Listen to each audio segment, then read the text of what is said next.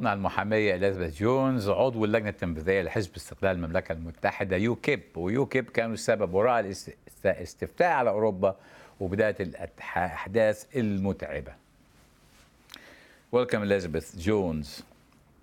As you have seen, straight away they went into election. We'll ask you about the election in a minute, actually. But first of all, your leader this morning on BBC Radio, Nigel Farage, he said he would think about standing. Are you going to stand? I will be standing, but I can't reveal the location till Thursday. You're becoming like Theresa May now. Yes. Your tweet compared Theresa May to Erdogan. How did you reach this conclusion? Well, it's quite obvious. I think she's been very much inspired by the Ottoman Empire. Well, it's a huge power grab, isn't it? She's quietly confident, and I think that's rightly so, that she's going to decimate Labour. And as we discussed before, maybe 4 SNP will lose their seats. OK, let's show our viewers. You've seen the front page of the Telegraph. OK, where is she campaigning here? You see, it's actually in Bolton, which is a Labour seat. Yes. It's a marginal seat. Okay. Yes, she's going to decimate Labour. As Erdogan grabbed the power of Turkey, she's going to grab the power of Britain. OK, the same day, Boris Corbyn actually is campaigning in Croydon. Oh. Held actually by my friend Chris Phillips. Okay. Well, Chris Phillips' constituency, I thought, was pretty rock solid. Well, I don't know, but it's according to there. So the. Oh well, good luck. OK, is he inspired by Trump? Because is he going for broke or for really the odds to win the pot? What, Corbyn? Yeah, because I think Corbyn is a rabbit stuck in headlights. Wait a minute. His speech is very much like Trump, anti-establishment. These people suck our blood, etc., etc. Can he pull that rabbit out of the hat? No, of course he can't. He simply doesn't have the support of the British people behind him, and he simply doesn't have the credibility behind him. Absolutely not. He's too tainted with his strange bedfellows. Here was a cartoon in the Telegraph, okay, which showed, which I think he's in. It's a Telegraph. I'll show it to you because here it is. There. Okay, and here he's actually at the doorstep. He's at the doorstep. Oh. Well, he's saying, no, you again. We must be so. Yeah. Election fatigue. Yes, people are bored with it. Okay, if actually the turnout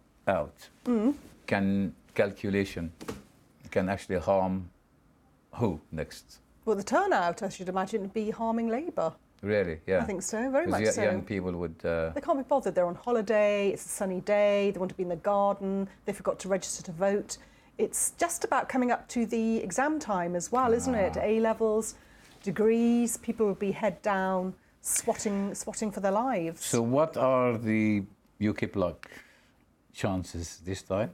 Well, who knows? I mean, our best seat would be Hartlepool, also Haywood and Middleton.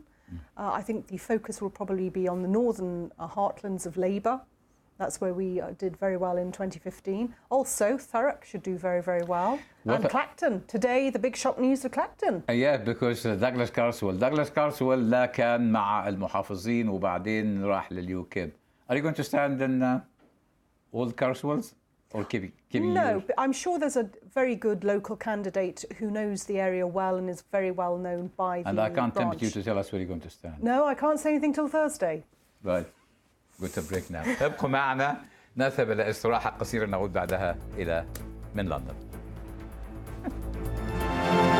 ضيفتنا إليزابيث جونز عضوة اليوكيب استقلال المملكة المتحدة. Elizabeth, Prince Harry interview, which actually made us recall his mother's interview. I'm in two minds about it. I'm traditional.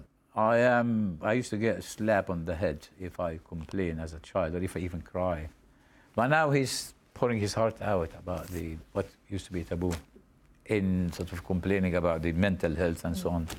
Where do you stand on that? Well, it's very good, of course, that he is giving people confidence to come forward to have treatment for such matters.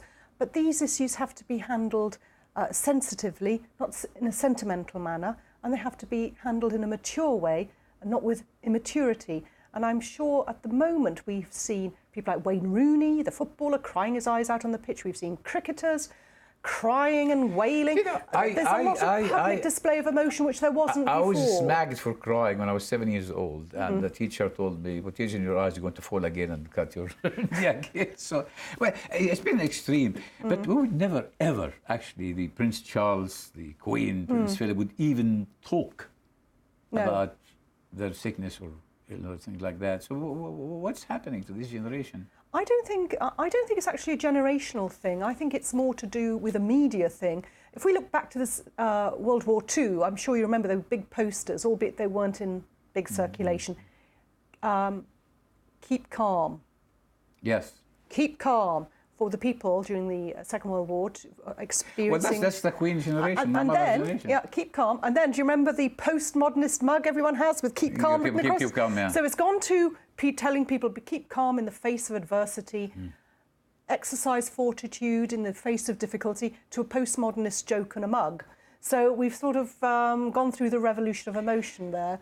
But, which actually, yeah, it is a good cause. And the marathon this weekend, tomorrow, is actually talking about this Marathon London, about the Prince Harry would be there, charity about the mental health. Yes. So the cause justifies that, isn't it? Well, I suppose so. And there is a shift, I think, with the media. If we look at the youngsters, the young people who fought for Britain in Afghanistan and Iraq, often perhaps not educated youngsters from poor backgrounds. But they see Harry as the champion. Yeah, but these youngsters who went out there, and you've seen the photographs of these poor people with loss of limbs, and they conduct themselves with quiet dignity and fortitude. So their souls are imbued with that old British stiff upper lip. Okay, which actually, again, this snowflake generation there who complain, Kelvin MacKenzie in The Sun, okay, he might have gone a bit too far comparing the bloke to Ugrella if he come from Africa. But this business, I don't like that, ban it. Censor this. The student union actually stopping people giving talks. Are we having sort of censorship by proxy here? Oh, totally. It's not censorship by proxy. It is full stop censorship. It certainly wasn't like that when I was at university. I'm sure it wasn't when you were. There does seem to be an extreme intolerance of other people's views. But Mr. MacKenzie, you know, we all know what he's like. He's a well-known reprobate, and really he should have known better. We both know that he had significant form during Hillsborough. And Hillsborough, last weekend, was the 28th anniversary. So, you know, a bit touchy, sensitive. Well, explain to the viewers. Hillsborough كان حادثة اللي مات فيها ناس كتير من الازدحام، وكان الغلط على البوليس، والبوليس طرب معلومات خاطئة للصن إن الخطأ هو خطأ المشجعين. ففي طار باين بينهم وبين ليفربول. But the students now, the young people, want to censor the older and what they don't like. Yes, incredible. And you can never predict who they want to censor next. For instance, they've censored Jermaine Greer, who I'd have thought would be one of their favourites. Censoring Peter Tatchell, who'd have thought would be their number one hero. Well, I was actually pelted by eggs in London School of Economics, by the way. Oh, well, congratulations. ختاما، بمناسبة أن ضيفتنا في الأصل محامية أحوال شخصية، يعني أسرة وطلاق ونسبة الطلاق مرتفعة. فاكرين فيلم الكوميديا السوداء، الكوميديا السوداء، The War of the Roses، لما الراجل اللي لعب دوره مايكل دوغلاس ومراته ممثلتها كاترين تيرنر فضلوا يتخانقوا مع بعض عشان وهم بيتطلقوا لغايه ما موتوا بعض من الخناقه، فعلا موتوا بعض. جامعه جنوب كاليفورنيا طورت اب على الفيس، تنزل على التليفون كده، لما واحد وشريكته يكون بيتجادلوا وقبل الخناقه ما توصل حد الخناقه تروح الاب دي ايه موقفه بنسال ضيفتنا. I was talking about a new app invented by University of South California. This app on the iPhone, if a couple are about to argue, it will actually stop them. Good grief. Would that you put you out of business as a divorce lawyer? I don't think so, because if they've started to argue once, an app may stop that one argument, but those arguments are going to keep coming and coming and coming and coming. I don't think one mobile phone app is going to stop unhappiness in its tracks. It's simply not plausible. In one sentence, what's your advice to couples watching this program as a divorce lawyer? As a divorce lawyer, never have a joint bank account. نشكر المحامية إليزابيث جونز على هذه النصيحة الثمينة للمتزوجين. ما كنش عندكم بنك أكاونت مشترك. هذا كل ما لدينا، وإلى اللقاء الأسبوع القادم إن شاء الله في حلقة جديدة من لندن. إلى اللقاء.